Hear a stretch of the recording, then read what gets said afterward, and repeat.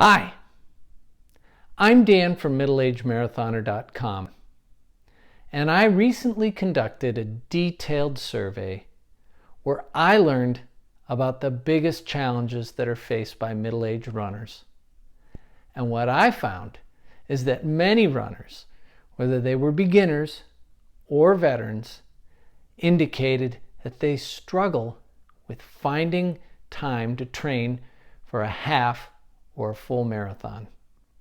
So in this short video, I would like to share with you how to get the best results from your training and some strategies that will help you complete your training so you will be ready for your next race.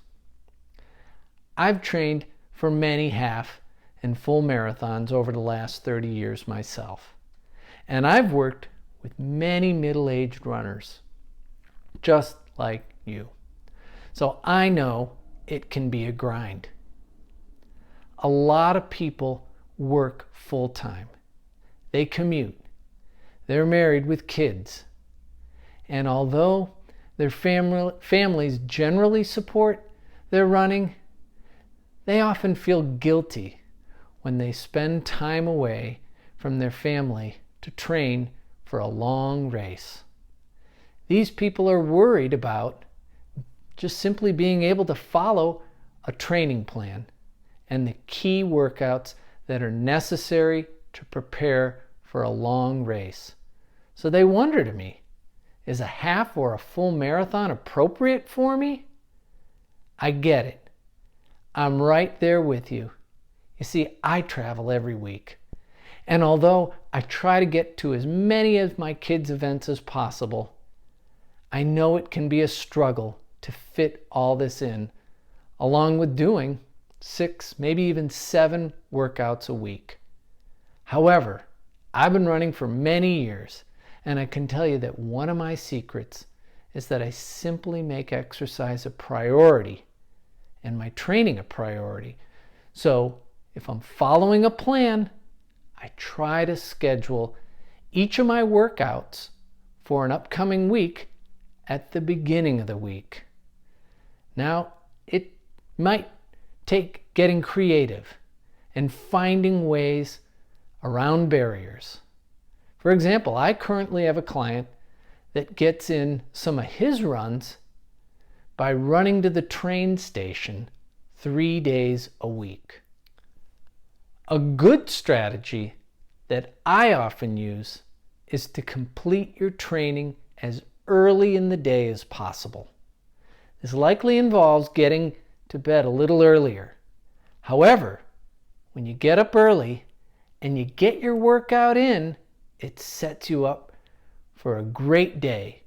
And really, I think it makes you more productive. Now, I recently read an article where the author discussed a utopia where we sleep for 8 hours a day, we have 3+ hours a day for workouts, we eat perfectly, and we always get to bed by 10 p.m. Now, since this isn't reality for many people, it's important to understand the concept of key workouts. Now, in the article, they describe workouts that consist of intervals or drills during the week and long runs on the weekend. Each workout can take 1.5 to as many as 3 hours to complete, so they're time consuming. Many plans also consist of strength training, so the challenge is really being able to jam all these key workouts into a 7-day per week training cycle. Now, one alternative is that if you must skip a day for whatever reason, just ensure you get your key workout in that week and don't worry about the shorter mileage easy run that was on your schedule, which was probably a recovery day anyways. The problem with this is that if you're only doing the hard and long runs, then you're missing out on an essential portion of the plan where you recover and build your aerobic capacity with these 30 to 60 minute easy runs. So if you have a coach, something I highly recommend, he or she can help you adjust your plan so you are able to complete not only some of these key workouts and resume your training as called out in your plan, but you also need to get a few of these easy workouts in. Now, because I'm well aware of life's challenges, I often reach out to my clients and I ask them, how's it going? Were you able to complete that track workout this week? How's your health? Are you having any challenges that are preventing you from keeping up with the plan? And finally, I ask, is there anything I can modify to help you? You see, I want them to be able to adapt their training when life comes up so that they feel empowered and accomplished rather than feeling like they failed and then they get stressed out about missing workouts. However, as you may already know, the challenge with the typical 7-day per week training plan is that there's just not much flexibility or even rest in between some of these key workouts. So in the course of working with my clients, I take a slightly different approach. And what I do is put together plans that include key workouts where runners can get the best results for their time and effort. And this is especially important for training on days of the week when time is at a premium. So my personalized plans also include additional days in each cycle that allow for rest and or just basically flexibility to accommodate busy people. And I accomplish this with a 9-day per cycle plan versus the more common 7-day plan that you typically see. So here's some other strategies that will help you squeeze in your key workouts. So on days where you have time for a key workout, but not enough time to complete everything that's scheduled, you need to be flexible and consider slight changes to the workouts. So one of the best ways to save time but improve on your aerobic capacity is to complete what's called high intensity interval training. And you can do that on a weekly basis. Now, it's not a substitute for completing long runs and speed workouts, but it can definitely help your conditioning. Now, in Joel Friel's book, Fast After 50, he revealed that the best predictor of endurance performance in older athletes, like you and me, is their aerobic capacity.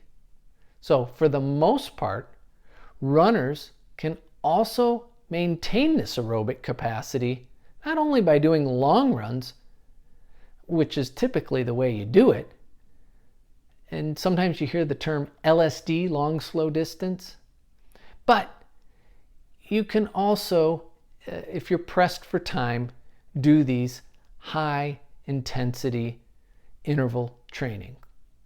So that really does help, and I try to get those in once, if not twice a week, depending if you've been doing them before. They typically take about 30 minutes, and you're going to be continuously performing 1-minute exercises at heart rate zones that are in the 4 to 5 level. And then you have 20 seconds of rest. So after 20 to 30 minutes, you'll do some light stretching and your workout will be done. Again, this is not a substitute for long runs. It just helps on those days where you need to get in a quick workout because that's all you have. And generally they're going to be these 5-minute intervals with a minute rest, total workout time about 30 minutes. So I give some details of these HIIT or plyometric workouts on my blog. Some of the exercises that you would include in doing this HIIT training can include different forms of burpees, squats, push-ups, planks, lunges. You can be jump roping. There's a whole bunch of different things that you can do. The key is that you're going to be working hard, you're going to stay under control, and you want to make sure that you don't push yourself too hard to get hurt. You don't need to join a gym to complete these workouts, but it does help if you can work out with other people. If you've never completed any of these, I recommend that you start slow with some 30-second intervals and plenty of recovery time between reps. Start off with no more than one of these workouts per week. The key is that you want to be cautious to avoid injuries. In my personalized plans, I always ask my clients if they've been doing any CrossFit or high-intensity interval training. And if not, we typically start them with short intervals and gradually increase the durations from 30 to 45 and then 60-second intervals with 1 minute all the way down to 20-second recovery. For details on how to use a heart rate monitor and to train with heart rate zones, you can check out a post that I made on my blog a few years ago. And at the bottom of this video, I also share a few other references that discuss zone training.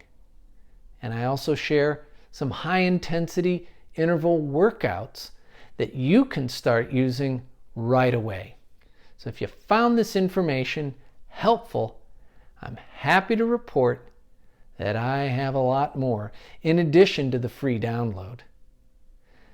Just let me know your email address, and you can be included when I provide more info for busy people to successfully train for marathons. Other topics that I also discuss include some short and easy to read emails about motivation, nutrition, strength training, and tips to avoid injuries. I have videos and much more. So if you have any questions, please click on the contact link on this page and send me a message. I'll get back to you as soon as I can. I would really like the opportunity to help you. Just provide your email so we can keep in touch. Thanks, and have a great day.